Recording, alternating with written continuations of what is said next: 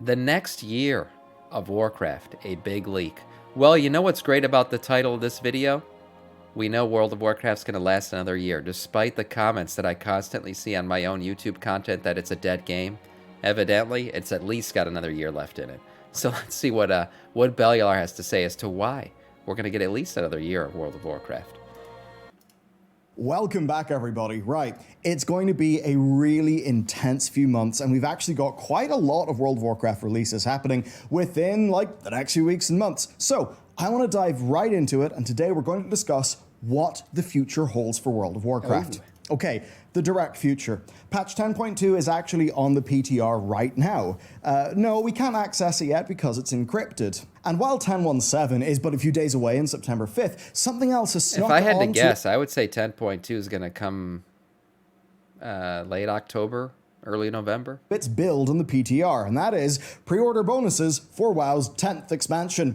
11.0 will be revealed this BlizzCon, and it will launch in 2024. That's right, get your That's Trader actually Standard, World of boys. Warcraft's 10th expansion, launching on the game's 20th anniversary, which also happens to be the franchise's 30th anniversary and my 30th birthday, meaning that, oh my wow. god, I'm the same age as Warcraft. That's a bit spooky. But all that development is taking place after they've bulked out the size of the WoW development team to like 700 plus people. And hopefully they've also installed today's sponsor. If you'd like to save money, access more content for your money, and be more secure, then nordvpn.com/Bellular Gaming does just that. The special deal at my link means that every 2-year plan comes with a 4-month free bonus, and they've got a 30-day money-back guarantee. Link. Now, Nord lets you browse the web as if you are anywhere in the world, and that lets you do a lot, right? This time around, I'm going to focus on traveling. You see, ticket prices for things like cars. Is NordVPN for porn? Okay, I'm done. Are all optimized based on regional demand and a bunch of other factors like airline, home country, I just imagine Chinese national people trying to wealth, get around things like that. firewalls So, by using NordVPN. if you clear your for porn. cookies and then use NordVPN to shop around as if you're in different countries, you can actually benefit from those regional price differences. And you can do this for many things in the internet.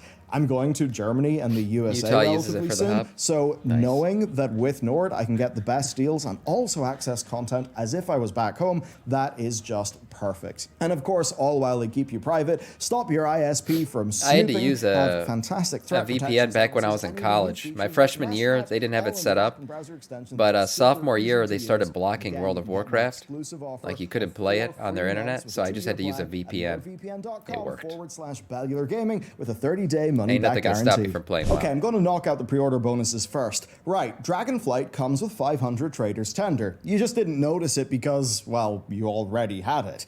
11.0, then, if you pre-order it, will have 500 Traders Tender. But what's Nice, new is okay. the Heroic and Epic Editions will come with a great. bonus 250 and 500 respectively. So basically 1,000 Tender if you buy the maximum version of the expansion. It'll probably also You go have a big dick character all boost, out? transmog of some description, perhaps a mount, custom mount, for sure. Hearthstone effect or an enchant, Yeah. that kind of thing. Now the timing of this also lines up quite smartly with the store as well. We've got the new sets of 3 bits of class-themed armor along with class-themed weapons, which are Oh, dropping that's on right. I forgot about these. the store, the Trader's Tender store that is, from September through to the end of this year. Now, they're actually a total of 12,350 tender, right, spread out across those months. It'll be pretty hefty if you want to get something for every character that you play. And also, I mean, hell, I imagine the virtual ticket for BlizzCon will also come with some tendies, though you should note that Imagine you could buy the ticket with tendies. That'd be nice. this year, it seems that the virtual ticket is actually no longer required to watch BlizzCon. It seems all of BlizzCon is streamable for free, and the virtual ticket is just access to likely convention merch and digital bonuses. Oh, nice. Right, let's talk about patch 10.2 then. It's actually on the public An test run uncommon right win. now, so testing will be super soon. The problem is, you can't exactly just test a patch without announcing it first. Now, take a look at 10.17 Fury Incarnate. It's going to lead into 10.2 narratively. So they can't reveal 10.2 until we know vaguely what happens in 10.1.7. And 10.1.7 is rather odd. Here's the promotional graphic. I mean, we got the cinematic. That shit dropped, so I'm guessing we'll You get can see something soon. Farak. Where is Farak in the PTR for that patch? The answer is nowhere. He's not in Dream Surges. We don't have any story that we can play. Good, We maybe don't they know kept it why hidden. the Dream Surges are happening. And then it gets more curious. Blizzard were rather sneaky, posting a high-res version of their content roadmap, one that featured Farak and Veranoth facing each other down. You know, Yeah, they're posed gonna in fight. a way that Warcraft is obviously no stranger to. Yeah. And while more story is highlighting tier, right, and only tier, it's also extremely clear that a lot more will go down involving Farak and Veranoth. Yeah. So if you haven't seen the cinematic that dropped, it's pretty amazing. Go check it out, and obviously, then this little thing here will make sense to you as to why they look angry at each other. basically, we need to see what that story is before 10.2 gets revealed. This will all be super soon. Quick little stop in conspiracy land, though. This is a tweet from Groxy that actually clicked a lot in my brain. Now, did you not think it was a bit strange that Alex Straza just sort of casually name-dropped Emir Drasil? That's the name of the new world tree that is growing in the Onaran Plains. She kind of name-dropped that as if we already knew that's what it was called in the 10.17 cutscene. It was a super bizarre way for Blizzard to tell us what the name of that is, right? Now, he kind of speculates that they maybe changed the order of release for some content. One theory is that perhaps the Emerald Dream content was supposed to come earlier than it actually did. I don't know, maybe Blizzard saw the beta feedback, right, of, you know, the seeming death of Malfurion really not going down well with players. Maybe they chopped and changed things around. I don't really know, Yeah, but maybe. Point is, 10.2 reveal and PTR, absolutely ASAP. So let's talk about the release date then. 10.2 That's not will me, that's either be Bellular, before or Police after Sirens. BlizzCon, but maybe it could be both before and after BlizzCon. Yeah. So BlizzCon runs from Friday the 3rd to Saturday the 4th of November. Now you'd imagine they wouldn't want to release a patch like too close to that, but maybe that's Yeah. what they're going to be forced to do, I right? think they're going to be forced into that. I really see 10.1.7 dropping like end of October time, considering we're going to get September 5th. I think they want that patch to, be longer than a month at least, which is why I see 10.2, 10.1.7, yeah, September 5th, 10.2 dropping sometime, or at least news about it hitting sometime that time. Just by the calendar. Indeed, maybe they wanted to reveal more things. Did I just say a whole lot of very nothing? recently? Probably. But of course, classic hardcore was taking up all of the public relations space. It took patch 10.1 roughly 7.5 weeks to go from its first PTR build to the launch of that patch, just Okay. under 2 months. So let's assume the PTR for 10.2 releases, say, next week or even this week, Yeah. right? 1 week ahead of the release of patch 10.1.7, maybe similar to how 10.1 started PTR testing, just a bit before 10.07 was released. I think they're going to want BlizzCon to be all about the expansion, which is why I feel like 10.2 is going to hit just before BlizzCon. Assuming Most that the likely. 10.2 PTR lasts for about as long as the 10.1 PTR did, then we're actually looking at a release date of October 24th and 25th Yeah. for patch 10.2. End of October. That is just about 1.5 weeks ahead of BlizzCon. Now, if the raid was to release a week after the patch dropped, as is usual, then it would come out a mere few days before BlizzCon, which would not really be ideal. It wouldn't be Now, good a for few the race to people world know have first. actually said, and I've heard it in the grapevine on the rumor mill, that 10.2 will drop before BlizzCon, but that the season will start after BlizzCon. That does make a degree of sense, but it would, I think, mean the patch going out the week of BlizzCon and the season starting the week after. For hardcore players, that would be a bit tricky, but the only other way around that would be the patch dropping and then there being a 2-week wait until the new raid comes out. And I really do think that could feel quite skimpy in terms of content. People may not Yeah. enjoy a patch day experience where, you wouldn't be finish exciting, everything that's in for one sure. day and then you've got to wait 2 weeks for the next thing. Anyhow, that is what I expect. And then, of course, we've got the big question of what is truly next. What's beyond 10.2? Well, BlizzCon will reveal our next expansion, but Dragonflight will not be What's over. up, Howard? The roadmap does end with patch 10.2 and Season 3. But remember, that roadmap was framed as World of Warcraft's 2023 roadmap, not the Dragonflight expansion roadmap. That means that True. 2024 is going to have our next expansion pack plus Dragonflight patches. And for that, I think we have Yeah. two options. I think faded rating. I think we're just going to get like a faded rating patch, some kind of mount, maybe a little bit more story for like a final 10.2.5 patch or something like that. I don't think we're going to get a 10.3. No chance. I'd say there's no chance we get a 10.3 patch. That's just it feels like the story's going to wrap up before then. Roughly goes like this. Patch 10.2.5 dropping in maybe January, 10.2.7 dropping in March, 10.3 dropping late May, and then 11.0 releasing late November. That actually gets us 6-month-long seasons, a full 4th tier of content, and a full 4th season. That would be absolutely fantastic, and it would also give Dragonflight a lot more narrative room, because if 10.2 is the last raid tier and major patch, it does seem like it would be quite hard to wrap the story up in a neat bow. And if that seems like a truly absurd amount of content, remember, the team's over 700 people. Also, I don't know if it was Ian Hazacostas or John Haidt who said this, but basically, rather than throwing like more bodies at like one problem, this larger team is more allowing them to parallelize their work. Right? So that basically means more teams working on more patches at the same time. So that doesn't seem unreasonable. Now, I do have to deal with the less good option. But the good news here is that the less good option, the bad option, is actually not that bad. We would see 10.2.5, maybe January, February, 10.2.7, March or April, and then likely that timing would mean that patch 10.2.7 would be bringing in Season 4. However, instead of being a full content patch with a full raid tier, we would instead be getting a greatest hits season. That would basically be just like Season 4 of Shadowlands. Unlike Shadowlands, however, 10.2.5 and 10.2.7 can actually continue that main storyline and lead us directly into our next expansion. That's what I think is going to happen. That's what I think is going to happen. I don't think we get a 10.3. I think we get a 10.2.5, maybe 0.7, just to finish out the story along with faded rating. We'll get faded rating and some kind of mount for that, and then that'll be it. It'll be the next thing will be 10.2.7 or whatever will start to lead us into the next expansion. Final Fantasy XIV does extremely successfully. This whole idea of a humongous content drought, it is mostly a World of Warcraft expansion cycle thing. Over in FF14, while things do get a little bit more sparse towards the end, they have done a remarkably good job of just having a smooth content cadence and a very, very successful lead into its successive expansions.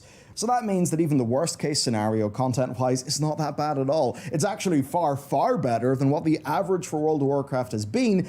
I mean, for basically ever. And that's really good. Next then, Chris Metzen. Hey. All right, let's talk about Chris Metzen. He has led much of Blizzard's intellectual property creatively. We know that he's back, but some new information has came to light. That's what everybody wants to know. How involved is Chris Metzen actually in the next expansion? Is he just here as a figurehead? Is he just a guy who's going to speak at BlizzCon? Or is he actually dick deep in the next expansion? We watched a video not too long ago where the speculation was that he is indeed, not dick deep, I mean balls deep in the next expansion. First, I need to just ensure that you understand about WoW's creative direction, and this is especially if you're a newer player to the franchise. Maybe if you've joined in like Legion or later and you don't have that experience of the earlier days of World of Warcraft. So Chris Metzen is a guy who worked on pretty much all of the core franchises of Blizzard in a major creative direction way. He was less focused on the small details and the minutiae, the content, and he was a lot more focused on the big picture, right? Now his last project in the Warcraft IP, from what we understand, is the Battle for Azeroth cinematic. Now, if you look at that BFA cinematic, I think the essence of what it is about is faction pride. It went hard into the parts of each faction that players identify with. It was absolutely screaming Warcraft, just as much as the Legion or Warlords of Draenor trailers were. Now, I want you to compare those to Dragonflight's trailer. Let's be real. The Dragonflight trailer was nice, but it was also kind of lame. I remember feeling that way. I remember watching it and being like, okay, who's the stone guy? What the hell's going on?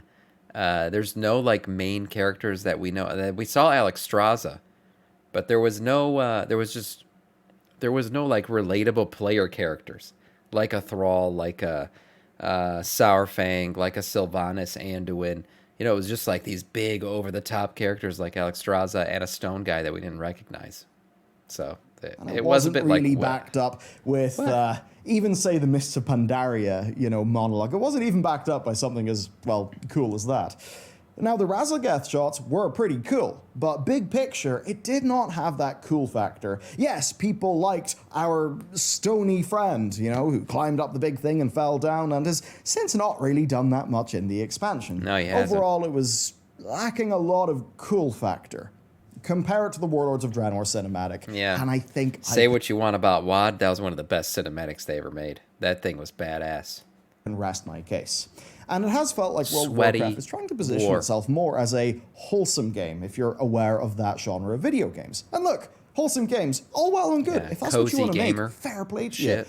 But I don't think that is the core of Warcraft. Think about what made Warcraft great. Look at the narrative of Warcraft 3. Yeah. Those cinematics. Yeah. Thrall and Grom. Like, yeah, Sweaty, sure, some of testosterone-filled Crony men. hugging Nosdormu's leg. That's all fine and wholesome and whatever. But Warcraft... The essence of Warcraft is that Thrall and It was darker, way more sweaty, like I said, way more just like sword and shield clashing. Yeah, a lot less leg hugging like it is Grom today. cinematic. As an example, that was the real shit. It was big, it was bombastic, it had Stony so Tony much when heart, we all did and Thunder. it was always working those big archetypical themes. Super successful. And other than that, Battle for Azeroth cinematic, I think if you want a perfect example of that, the death of Varian Rin. That was emotional. Very well executed. Yeah, that was emotional. And as we know, Chris Metzen, who led a lot of that stuff, is back. Now, many thought that he was just kind of back in paper, right? That's what I thought. More of an optics thing. But it actually turns out that's kind of false. And here are some quotes from Taliesin.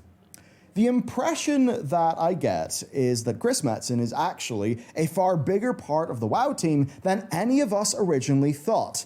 That actually, far from being a symbolic, retired thoroughbred that gets wheeled out on special occasions, he is a fundamental part of the current leadership of World of Warcraft. That's crazy because, yeah, when he first got invited back, I thought they were just doing it for like investors' sake or something. Sometimes these corporations will do that. They see their stock trickling off or something. They'll bring back an old head that symbolized kind of the success of the old days, and they'll do that to uptick the stock a little bit. They'll be like, oh, we brought him back. Check it out. We're returning to the glory days, and the stock will trade up because of that. When in actuality, that person's not going to do anything other than just show their face to special events. Another quote from Tally. I have heard that Chris Metzen, Ian Hazzikostas, and Steve Denuser spend huge amounts of time in the room with each other throwing ideas around. Ooh. And the final quote from Taliesin. I have heard that Chris Metzen gives regular and incredibly detailed updates to the rest of Team 2 on their plans that they are working on. Now, I cannot personally verify that. I don't think I've spoken to the same people that Taliesin has. But I do have, my own grapevine. And on that grapevine, I have heard tales of some people in the Warcraft team actually, not being that interested in the original vision of classic Warcraft.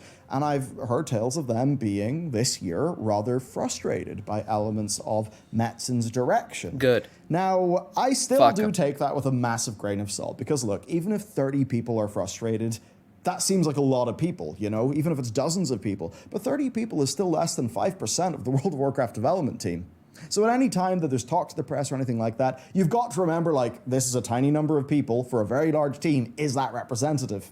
Anyhow, that I have heard things that in a timeline where Metzen is a lot more involved makes sense.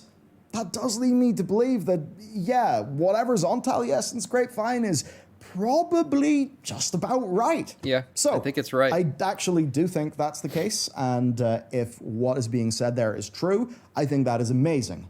And here is why. Battle for Azeroth turned from the immaculate direction of that cinematic to a total mess. Yeah, Even take basically. Saurfang's story. Old Soldier, the big cinematic, that was all. All those I'm telling you guys, BFA nailed the storytelling. It really did. In terms of storytelling, we've never had an expansion that was as good as BFA was.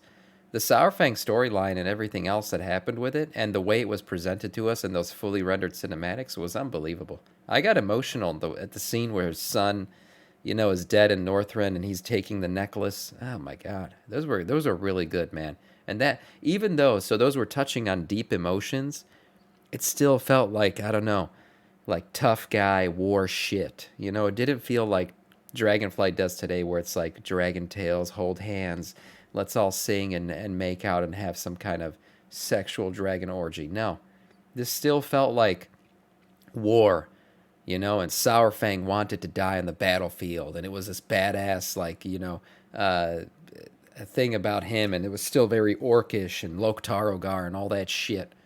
And then it's somewhat faded away in that expansion and never came back. Awesome. At the same time that Chris Metzen left, I don't think that's a coincidence. So hopefully he brings that shit back.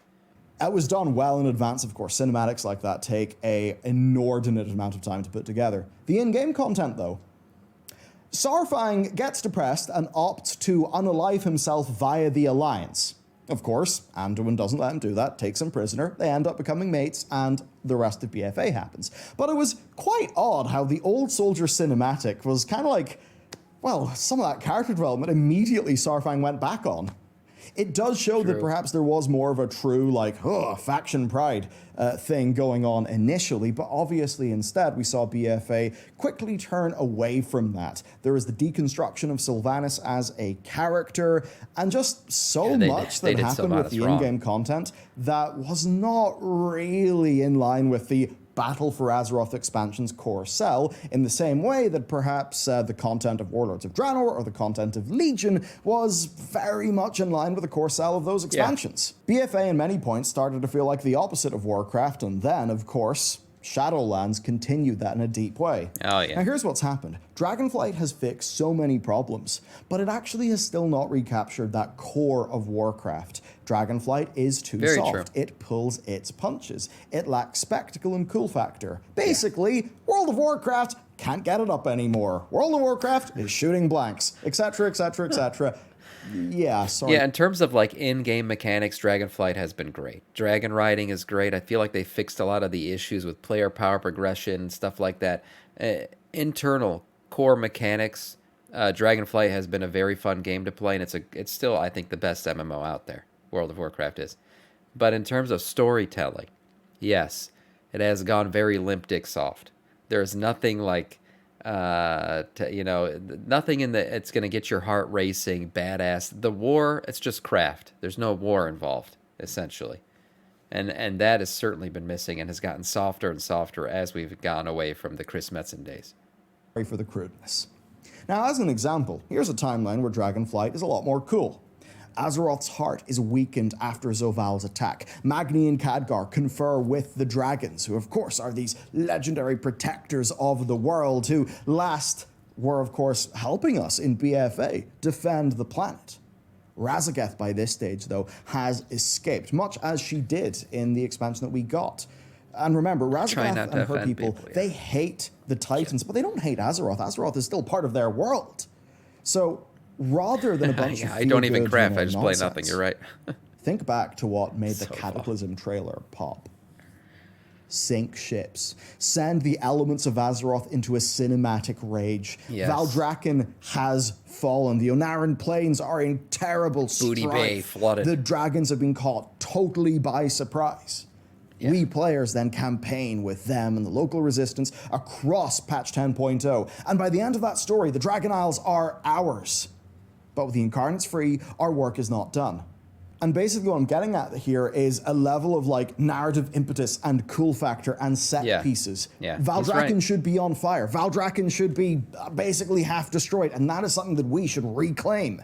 You know, the war in Warcraft. Yeah. Instead, we ran around empowering Oathstones.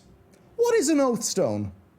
Why, instead of doing real shit, are we on another one of the modern WoW team's classic MacGuffin hunts? It's at the stage where if the Sith dagger from that utter embarrassment of a final Star Wars movie just appeared in the next expansion for us to hunt, I wouldn't be surprised. So here's my TLDR. World of Warcraft has solved so many gameplay issues. It's got way better execution. They're way better at taking on feedback. But it's a really good execution of ideas that are mid at best. Yeah, true. They can get the details right, but those details don't matter if you're barking up the wrong tree. That's where I think that Metzen is important. Yes, the storytelling. Like I said, I don't think Dragonflight's lacking in terms of like in-game mechanics and in-game content. It's been fun, but the storytelling has been limp dick soft as shit. We need some hardcore. I need an axe to crack a skull open or something. That's why I started playing this game, and that's what I need again. His creative leadership is going to be more on the big picture stuff, not the details. And that's fine, because I trust the WoW team to get those details right. Just look at, say, the Blue Dragon quest line. But evidently, there is not that vision from the top of something that will fundamentally delight and surprise players and get them, in their soul, excited in the way that Warcraft used to. I've long said that all they need is an expansion concept that will get people hyped. They need to have a moment that is frankly as cool as Grom raising his big axe and talking about freedom. They need something of that level of cool. And if you mix that with Dragonflight's vastly superior design and content cadence, then I'm feeling damn good about the future. Only time will tell. Picture this. I mean, sweaty pirates cutting their way through a forest or something, fighting off some crazy skeletons that came out of the ground, and then realizing they're on a completely new land on the other side of Azeroth, pirates sailing the open seas. They come back to gather more, for their fleet to go back, and you see some cool, characters that we know and love. Maybe an Anduin, maybe somebody from the Horde. Maybe we get our first kind of blood elf in a cinematic in a while. We haven't seen them since when's the last blood elf we saw? Was it BC? Was BC when she's playing with the little, dick worm? Is that the last time we saw a blood elf in a fucking cinematic? Maybe. But anyways, we get to see, some Azerothian citizens that we know and love. Not just a stone boy riding some fucking dragon. We get to see actual recognizable characters. And then bam, it's fucking Pirates of the Caribbean, World of Warcraft pirate expansion. That would be cool. That would be cool. The story of Dragonflight it does seem all over the place because they got 5 different, Dragonflights to sort shit out with. And all of that's going on while you got Incarnates doing their own thing. Oh, the Incarnates are involved with the Void. Oh, the Void was involved in Neltharion. And it's like all these different stories being told at the same time. I agree with you. There is no straight line story. And even that story is all those stories are very limp dick. Nothing exciting about them. One thing is certain though, for me, that Metzen's going to be here at this BlizzCon announcing something. I want to see actual beads of 4K sweat dripping down somebody's forehead in the next cinematic, or it's not World of Warcraft again. Fairly big, and the Taliesin is saying that via his grapevine, Metzen's far more involved than we thought. That is kind of music to my ears. Let me know what you think. Thank you for watching. Check out, of course, NordVPN for all that VPN goodness. Link in the description. And Blue Dragonflight was a great story. In some videos, maybe tomorrow, maybe the day after. Have a great day. I'll see you there. Yeah, I'm not joking about the sweat, guys. I mean, you guys remember. I mean, we all know WoD is not, what's it called? An example of what the best cinematic or a best expansion is. But what I will say about WoD is, damn it, it had some great storylines. The problem with WoD really is the lack of content towards the end. That's what killed WoD, and Garrisons, really. But in terms of sweat, in terms of big, beefy, sweaty boys, I mean, come on. Let me show you this. Look at how sweaty Garrosh was here. It was not our Look at destiny. this. Oh my god, yes. Change. Look at that. Look at the sweat on the forehead, the sweat on the traps. I mean, come on. This is fucking World of Warcraft. Piercings everywhere. This is a man's man right here. Garrosh did nothing wrong. Garrosh is old WoW. And when we killed him, we killed old WoW. Bring back Garrosh. Make WoW great again. That's the campaign we all need to get on. Times change indeed. And then times change back.